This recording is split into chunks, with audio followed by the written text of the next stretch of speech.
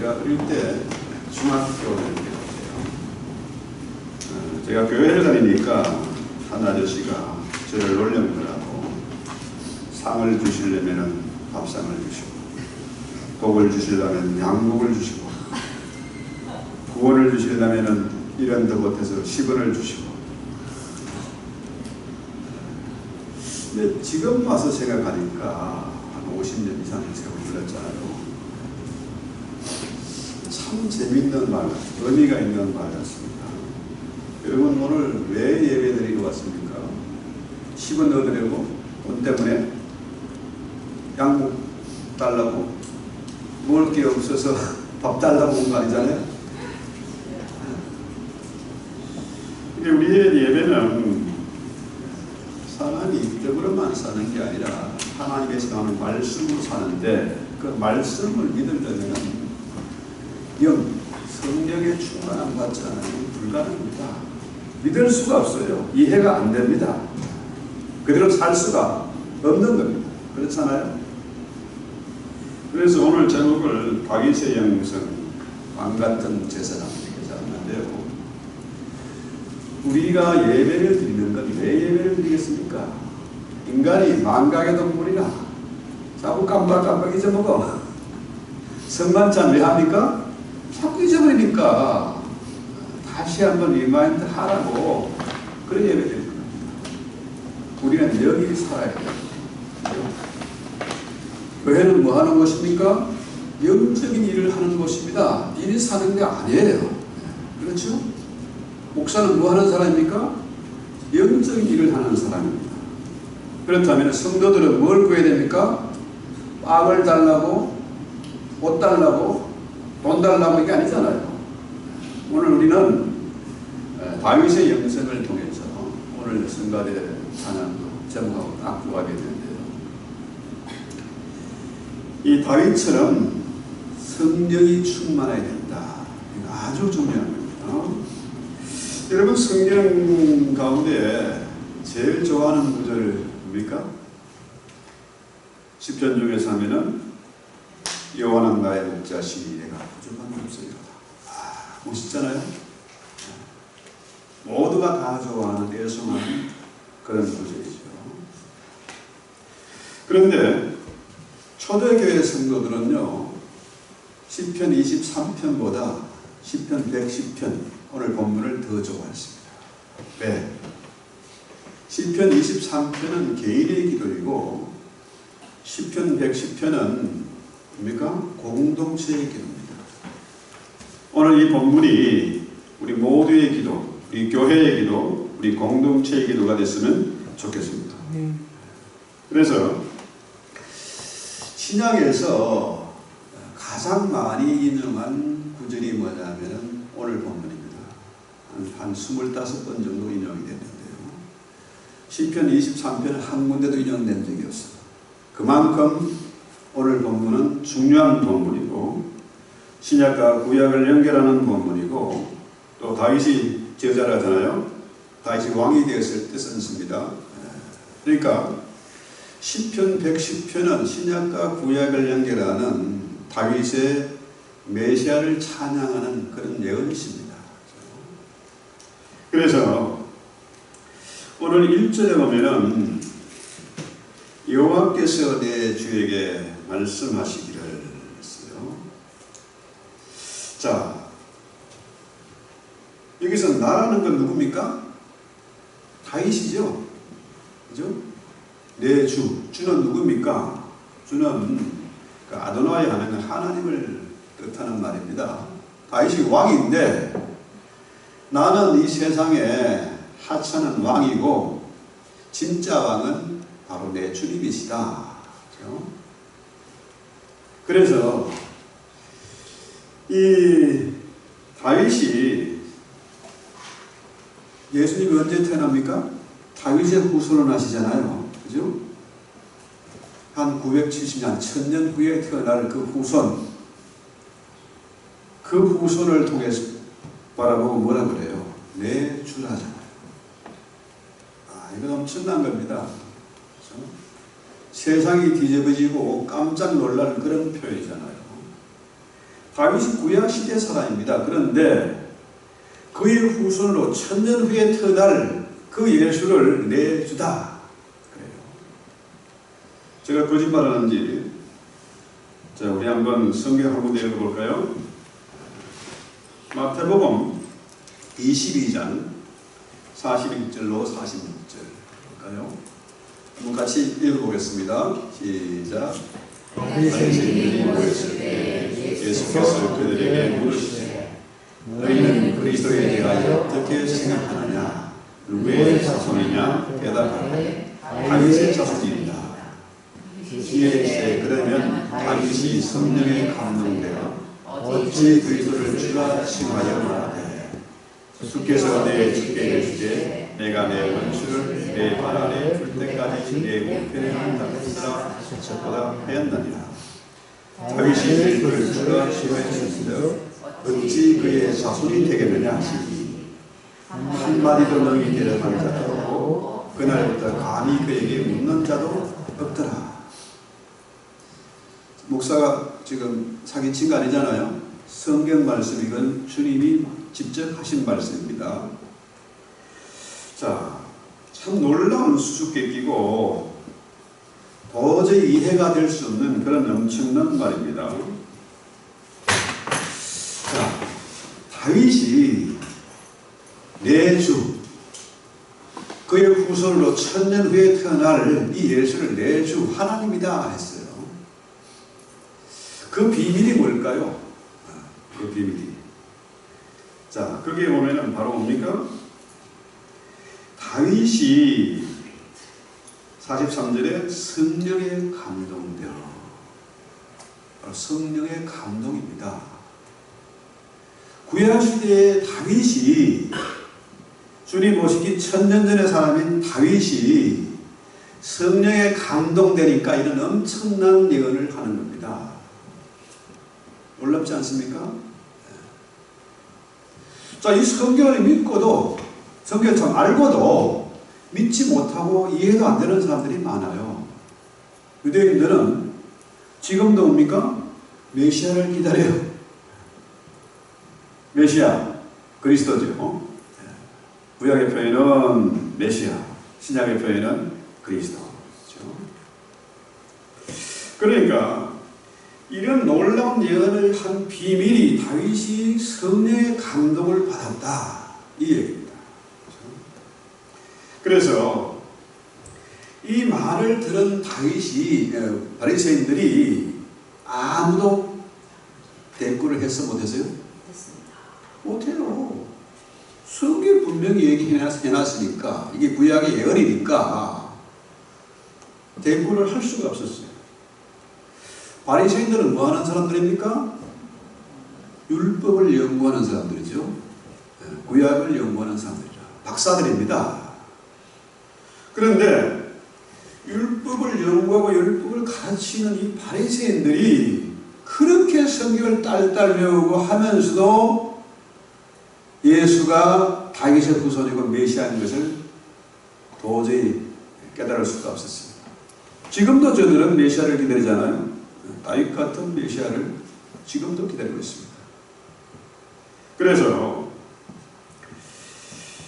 이 다윗이 이런 엄청난 예언을 하고 그 예언이 그대로 이루어지잖아요. 예수님이 오셨지 않습니까? 다윗의 후손으로 성령으로 잉태된 마리아를 통해서 이 땅에 오셨잖아요. 그렇죠?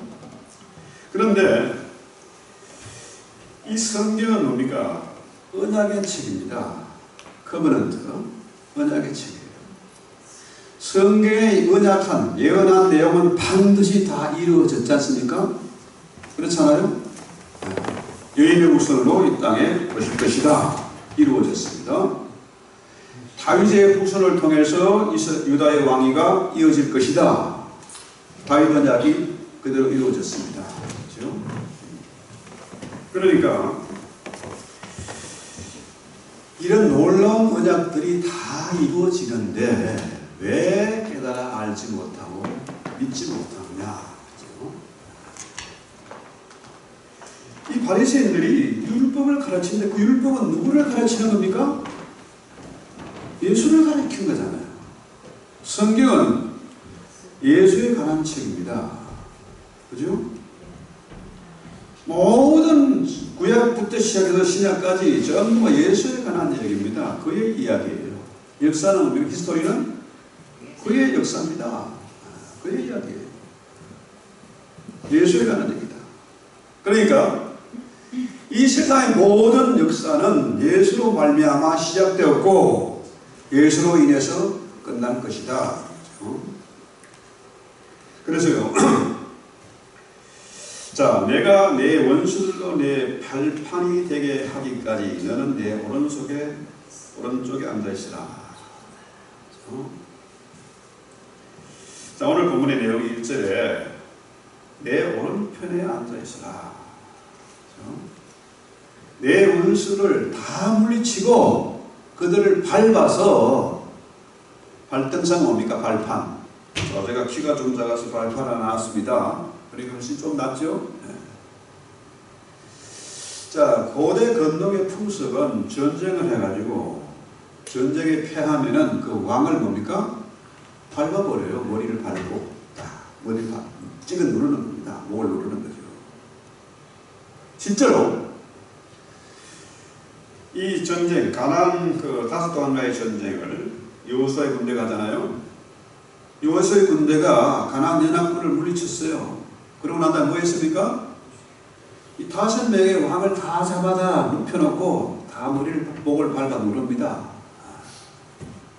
그러니까 이건 뭡니까? 이 표현은 내 주인, 내 후손을 그 메시아가 모든 원수를 물리치고 심판하고 찍어 누를 것이다. 이 얘기입니다. 이런 엄청난 예언을 다윗이 성령의 감동을 받아서 했다. 이런 얘기죠. 자, 그러면은 지금 참 세상이 엄청 험악하잖아요. 미쳐 돌아갑니다. 제가 이제 US 시티즌이 됐으니까 보트를 해야 되잖아요. 한 번도 안 했더니 계속 선거하라고 투표하라고 뭐가 날라가서 이메일도 오고 US 메일도 오고 자꾸 와요. 자, 우리가 지금 미국이나 한국이나 이 선거하는 것을 보면은 이게 전쟁 같아요. 전쟁은 뭡니까? 죽느냐 사느냐입니다. 한국에도 무슨 두 당이 지금 죽기 살기로 싸우고 있어요. 미국도 마찬가지입니다. 죽느냐 사느냐예요. 그러니까 살벌하게 전쟁하는 거죠. 그런데 자, 이런 엄청난 전쟁, 이 승리의 비결은 뭐냐? 그것은 바로 성령의 하나님의 우편에 앉아있으라. 하나님이 왼손이 있고 오른손이 있습니까? 그거 아니잖아요. 오른편에 앉아있으라. 이 얘기는 뭐냐? 좀 잠잠히 참아 기다리라. 다윗이 그 어린애가 구척장신, 구척도 넘겠죠. 구척장신 하면은 거의 한 3m 가까이 되는 거 아닙니까? 2m 70 정도 되는. 그런 거인과 싸우는데 누가 이겼어요? 다윗이 이겼는데, 진짜 다윗이 이긴 게 아니잖아요. 성령의 능력입니다. 하나님이 하신 일입니다. 하나님의 오른손이 하신 일이라. 지금 우리가 너무 힘들고 답답하고 어마어마한 전쟁을 하고 있는데 우리는 뭐 해야 되냐?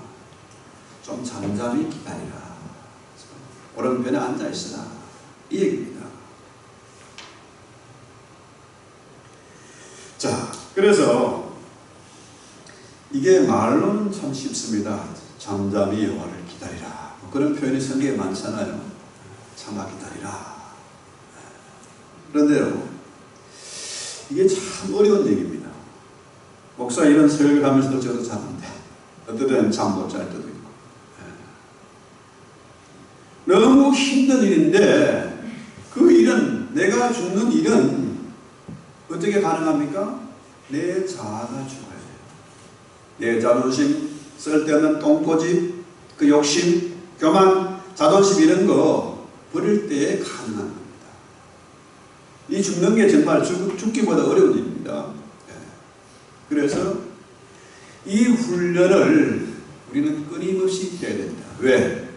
성경에 분명한 근거가 있고 우리 주님이 그렇게 말씀하시니까 이걸 믿고 우리는 차마 잠잠히 기다려야 된다. 오른편에 앉아 있으라. 그래서 다윗이 내 주라고 하잖아요. 내 주. 그러니까 우리는 흔히 그 특권층 얘기하잖아요. 특권층. 로얄 패밀리. 자, 세상은 지금 누가 지배하는 것 같아요? 왕들이 지배하고, 그죠? 힘있고, 권세 있고, 그죠? 이런 사람들이 지배하는 것 같아요. 그런데 실제로 누가 지배하는 겁니까? 우리 주님이 만왕의 왕이시다. 그죠? 하나님이 역사를 주관하고 계세요. 성경이 증명하고 역사가 증명하는 거 아닙니까? 그러니까 우리가 괴로워도 답답해도 잠잠히 참아 기다려야 됩니다.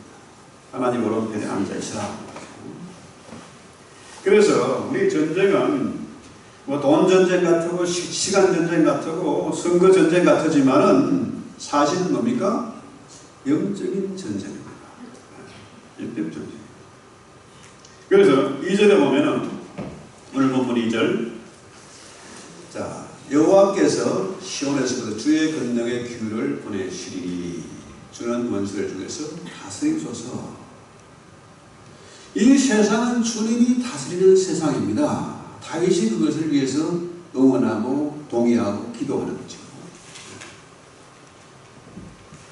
그렇습니다. 이 규는 지팡이잖아요. 지리봉 이런 거 아닙니까? 뭐 여러분 그 에스더서에 나오는 얘기. 자, 에스더가 아수아의 왕이 갈 때에 목숨을 걸고 가잖아요. 왜? 왕이 규를 내밀어야 가능한 일이니까. 그렇죠? 그래서 우리의 할 일은 뭡니까? 하나님의 허락, 하나님의 인정을 받으려면 뭐 해야 됩니까? 기도하는 겁니다. 어떻게 기도합니까? 자, 모르드게가 기도하고 에스더가 기도하고 온 이스라엘 백성들이 함께 기도하고 그냥 기도하는 것이 아니라 통곡하면서 금식하며 기도했더니 하나님이 일하시잖아요. 그죠? 에스더가 한 일이 아닙니다. 모르드게가 아무리 머리가 좋고 책사라도 그거 한 일이 아니잖아요. 그죠?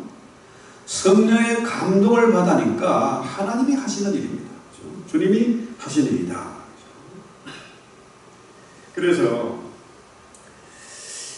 이 기도가 정말 중요한 것은 물론 개인적으로 기도하는 것도 좋죠. 그러나 보다 더 중요한 것은 공동체의 기도예요. 지난주에 다윗의 장막을 제가 말씀드리면서 그 얘기 했지 않습니까? 성전은 이미 예루살렘 성전은 무너졌습니다. 기장이 찢어졌어요. 끝났습니다. 그러면은 새로운 성전은 뭡니까? 우리 몸이 성전이고 다윗의 장막은 뭡니까? 사람이 짓는 겁니다. 사람이 성전 되는 거예요. 하나가 아니고 뭡니까? 다윗의 장막은 세워질 성전은 뭡니까? 재료가 돌도 아니고 금덩이도 아니고 원도 아닙니다. 사람이 성전을 짓는 한 사람이 모이고 두 사람이 연결되고 계속 연결되어져서 성전이 건축되는 겁니다.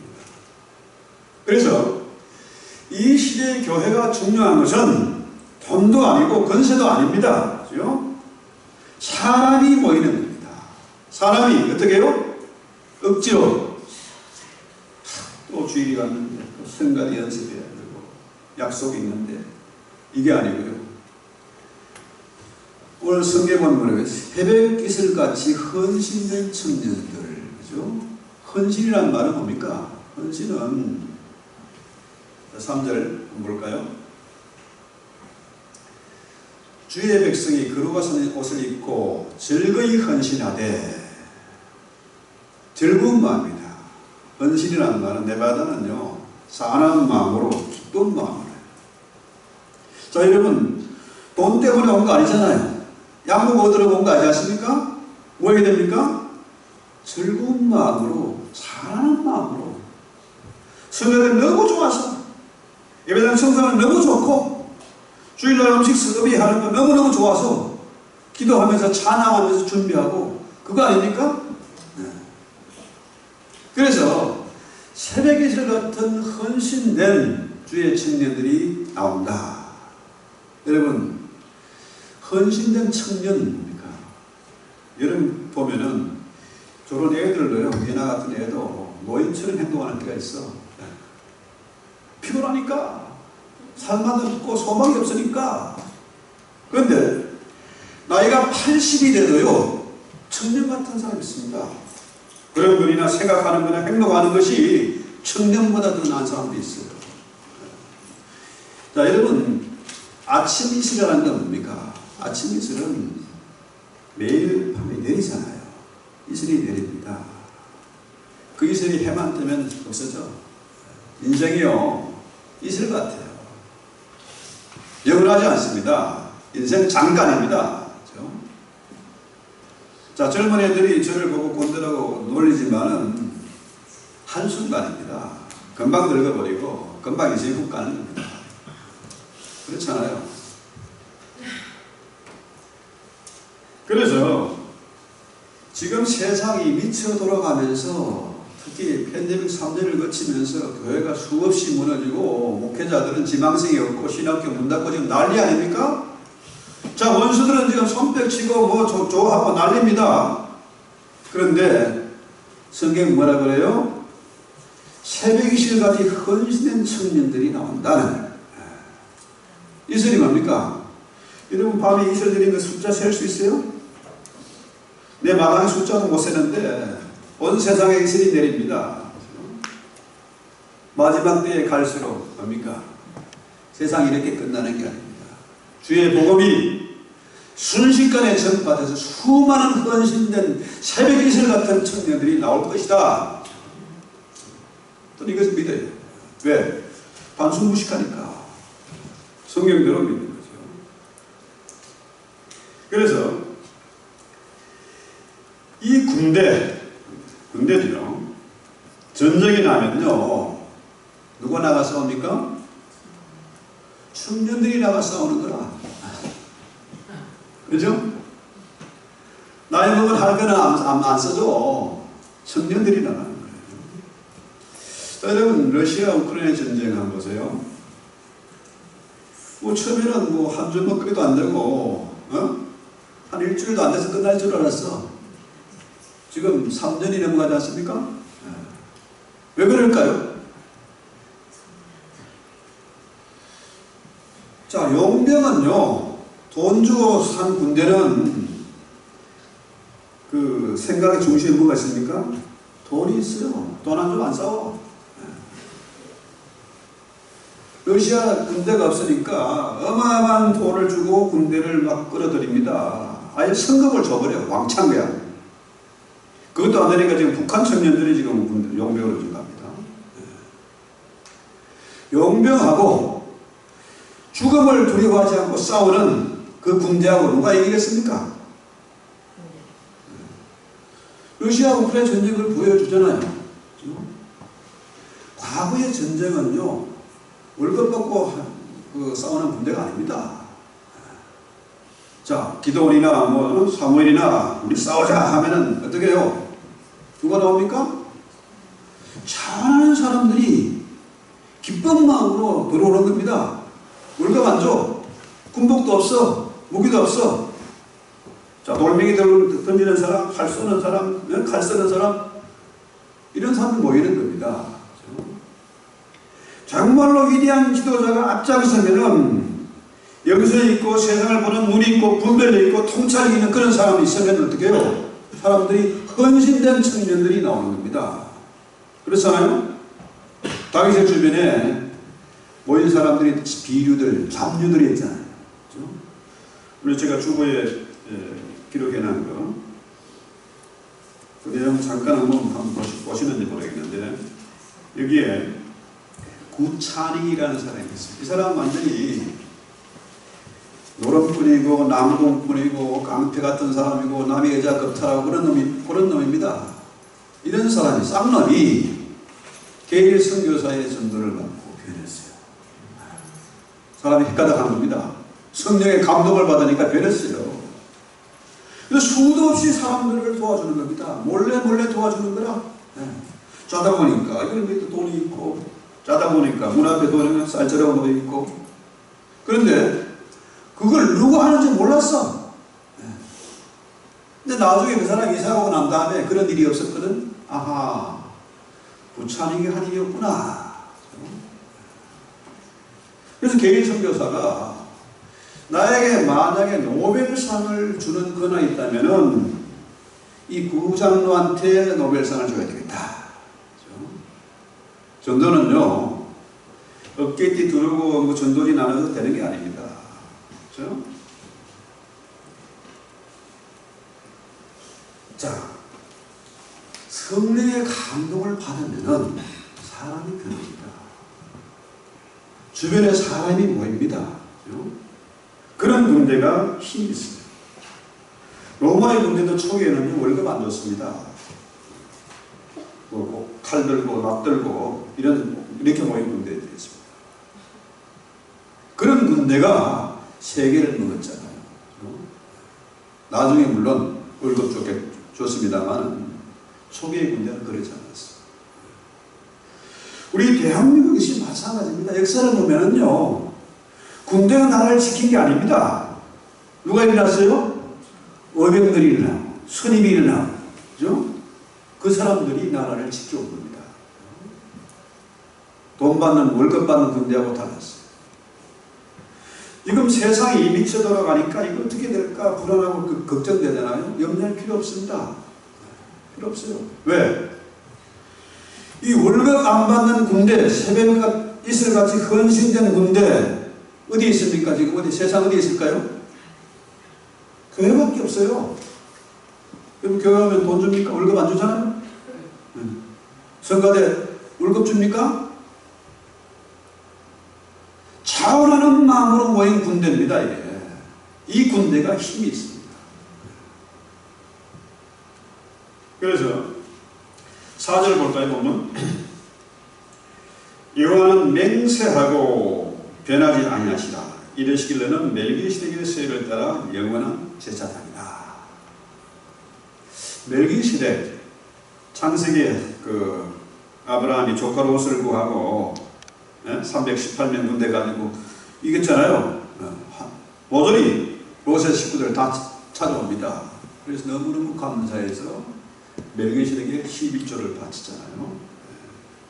근데 이 멜기세덱은 참 신비한 인물입니다. 히브리서 7장 한번 볼까요? 1절로 3절. 자, 여기 보면은 멜기세덱은 살렘 왕인데 지극히 높은 하나님의 제사장이고, 그 다음에 이 사람은 2절 볼까요? 3절. 아비도 없고 어비도 없고 족보도 없고 시작한 날도 없고 생명의 끝도 없이 하나님의 아들과 닮아서 항상 제사장이 있다. 영원한 제사장이다. 자, 그런데 성경에서는 이 멜기세덱, 이 신비한 인물인데, 예수님은 히브리서에 뭐라 그래요? 예수님은 멜기세덱보다 더 높다. 멜기세덱에게 아브라함이 11조를 바쳤는데 우리 주님은 우리의 자비롭고 영원한 대제사장인데 멜기세덱보다 더 높은 분이라, 더 귀합니다. 그분이 우리의 대제사장이다. 그래서요, 오늘 우리가 정말 정신 차리고 말씀을 묵상하고 기도해야 될 것은 뭐냐? 이 마태복음 12장입니다. 3절로 4절. 멜기세덱 이런 대제사, 영원한 그 제사장인데, 마태복음 12장에 보면은 같이 읽어볼까요? 시작.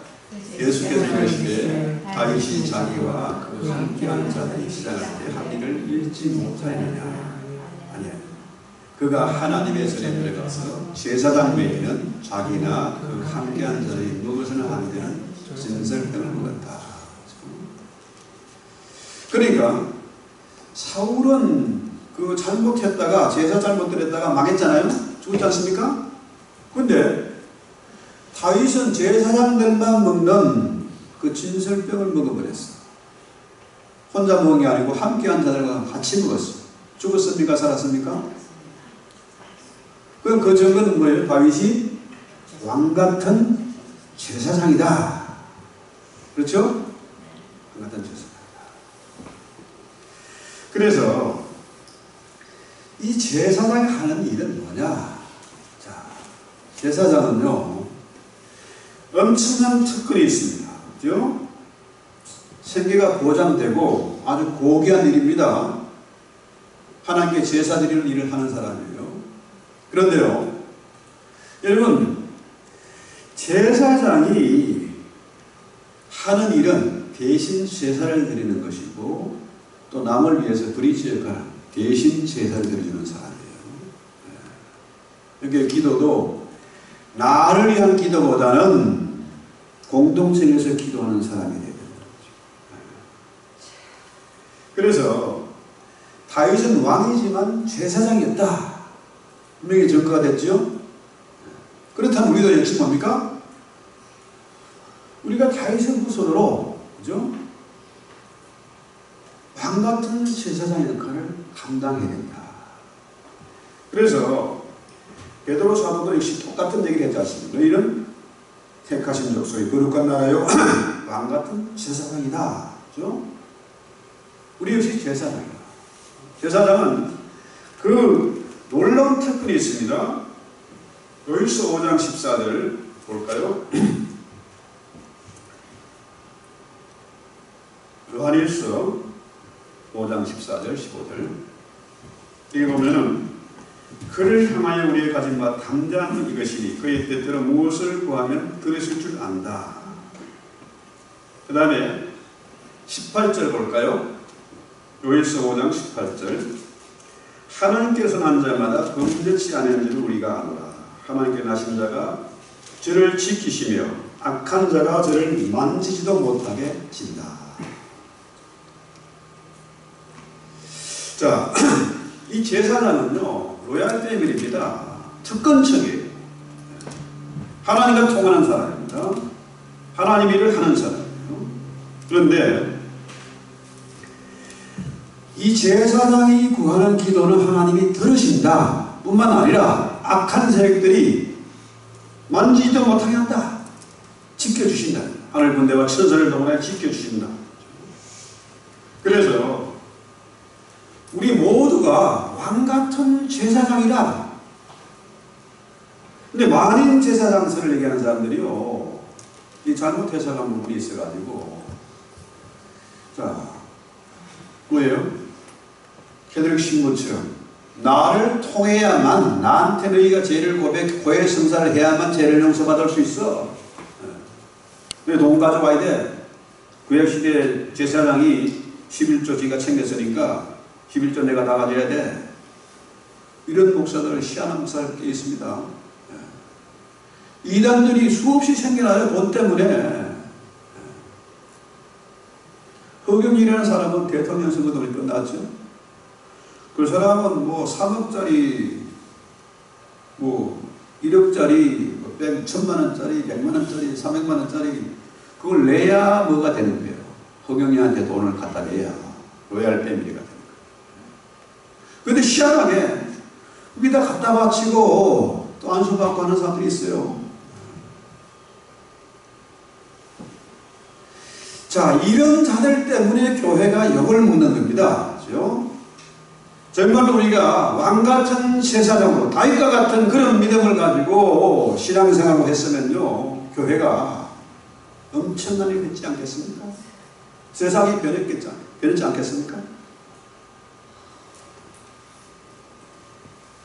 그래서 베드로전서 2장 9절에 보면은 너희는 왕같은 제사장이다. 왕같은 제사장. 그래서 우리 모두가 왕같은 제사장이다. 엄청난 특권이기 때문에 세상이 우리를 미워하고 시기하고 질투하고 탄압을 합니다. 그건 당연한 겁니다. 왜? 우리가 하늘나라의 로얄 패밀리니까. 하나님과 통하는 사람이니까. 당연히 미워하는 거 아닙니까? 그렇다면 우리가 제사를 드려, 제사장 할 일은 제사 드리는 거 아닙니까? 책임과 권한은 그 일을 감당할 때에, 그죠? 주어지는 거예요. 업무를 감당할 때에 권한이 주어지는 겁니다. 이 동전의 양배가 같은 거예요. 자, 업무를 다 하지 않으면서 책임, 권한만 강조하면 그건 사기꾼이죠. 그건 이단이고 사기가 됩니다. 구약시대의 제사는 양과 소를 잡아드리는데 우리 이 시대의 제사는 어떻게 드려야 됩니까? 양과 소를 잡아야 됩니까? 그거 아니잖아요. 그래서 로마서 15장 16절에 보면은 자, 이 은혜를 준 것은 곧 나로 이방인을 위하여 그리스도 예수의 일꾼이 되어 하나님의 복음에 제사장 직분을 하게 하사 이방인을 제물로 드리는 것이 성령 안에서 거룩하게 되어 받으실 만하게 하려 하십니다. 자, 우리가 드릴 제사의 제물은 뭐라고요? 이방인, 불신자들을 전도해서 제물로 바치는 것이 그것이 우리의 드릴 제사다. 제사의 예물이다. 자, 저도 이런 얘기를 하고 있습니다. 여러분 여기 이 말씀을 듣고 있는데 이 제사 제물을 제대로 드리고 있습니까?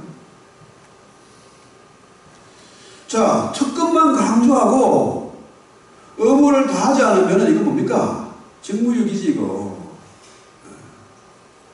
아, 나 헌금 많이 했는데요? 나 성가대 봉사하는데요? 이거 아니잖아요. 뭐 하라고요? 불신자를 제물로 드립니다. 그래서요, 구약시대의 제사는 이미 끝났잖아요. 양과 소를 잡는 제사는 끝났습니다. 착각하지 말아야 됩니다. 우리의 제사는 뭡니까? 로마서 12장 1절에 보면은 너희 몸을 거룩한 산 제사로 드려야 하잖아요. 주님이 십자가를 통해서 자비롭고 영원한 대제사장이 되셨습니다. 그죠? 그래서 우리가 드리는 제물은 예수님을 드리는 거예요. 예수. 나를 위해서 십자가 지신 그 예수, 그 죽음의 권세를 이기고 부활하신 예수, 지금 하나님 우편에 앉아 계셔서 날마다 우리를 위해서 영원히 기도하는 자비롭고 영원한 제사장인 예수, 그죠? 그 예수를 제물로 드립니다. 그런데 이게 안 믿어져. 자꾸 까먹어. 그러니까 우리가 매주 예배를 드리는 것이고 성만찬을 하는 것입니다. 하나님이 돈 헌금 드리는 거 몇 푼 받을 그거 기뻐하지 않아요. 예수를 드리는 예배입니다. 예수를 묻는 예배예요. 그래서 우리의 몸을 거룩한 산채로 드립니다. 아까 주변에 실어놓은 부찬익 장로님처럼 그 성품이 변했어. 쌍놈이고 백정이고 양아치인데 이 사람이 장로가 되고 전도사가 되고 목사가 되지 않습니까? 이런 변화가 있어요. 내 몸을 거룩한 산채로 드리는 것, 이게 바로 전도고 예배고 이게 제물이잖아요. 그래서요, 오늘 본문 5절부터 7절까지 한번 볼까요? 자, 결론적입니다. 주의 오른쪽에 계신 주께서 시작. 주의 오른쪽에 계신 주께서 그의 노하시는 날에 왕들을 쳐서 깨뜨리실 것이라. 6절. 온 나라를 심판하여 시체로 가득하게 하시고 여러 나라의 무리를 쳐서 깨뜨리시고. 7절. 길가의 신의 물을 마심으로 그의 무리를 드시리로다. 자, 이 본문을 보면 다윗이 얼마나 그 영성이 뛰어난지, 그의 후손 오신 메시아 그 예수가 마침내 원수를 다 물리치고 마지막 7절에 보면은 길가의 시내 물을 마시, 이제 전쟁이 끝났습니다. 심판이 끝났습니다. 그죠? 사슴이, 목마른 사슴이 시내 물을 찾듯이 이제 전쟁이 끝나고 피 흘리고 지치고 땀 흘리고 했을 때에 시원한 물을 마시는 그런 모습이잖아요. 네. 전쟁이 끝났습니다. 구약시대의 다윗이 물론 왕같은 제사장이지만 더 놀라운 것은 뭐예요? 예언을 하는 겁니다. 마지막 예수님이 심판주로 오셔서 세상을 다스리고 정복하고 마침내 뭡니까? 어떻게 해요? 원수를 다 물리치고, 그래서 그의 머리를 드신다. 이제 주님의 나라, 즉 번영을 바라보는 거죠. 그렇다면은 그 생떼기인가요? 그분이 쓴 재미있는 얘기가 있는데, 동안가? 그 사람이 이런 말을 했습니다. 사랑한다는 것은 두 사람이 마주보는 것이 아니고 두 사람이 함께 같은 방향을 바라보는 것이다. 참 멋있는 말 같아요.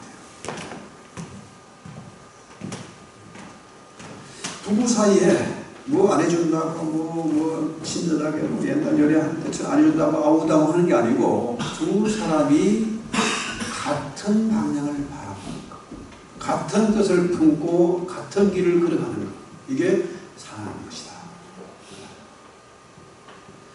제가 참 감사한 건요, 이 액트를 수립하고 강의를 또 공부하면서 같은 방향을 보게 됐어요. 할렐루야. 손뼉도 좀 치야 되는데. 정말 중요해요.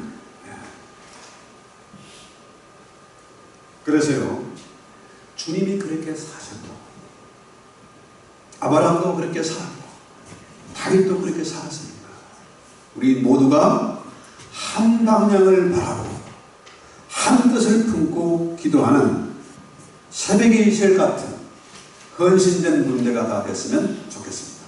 찬송합니다. 합시다. 찬송가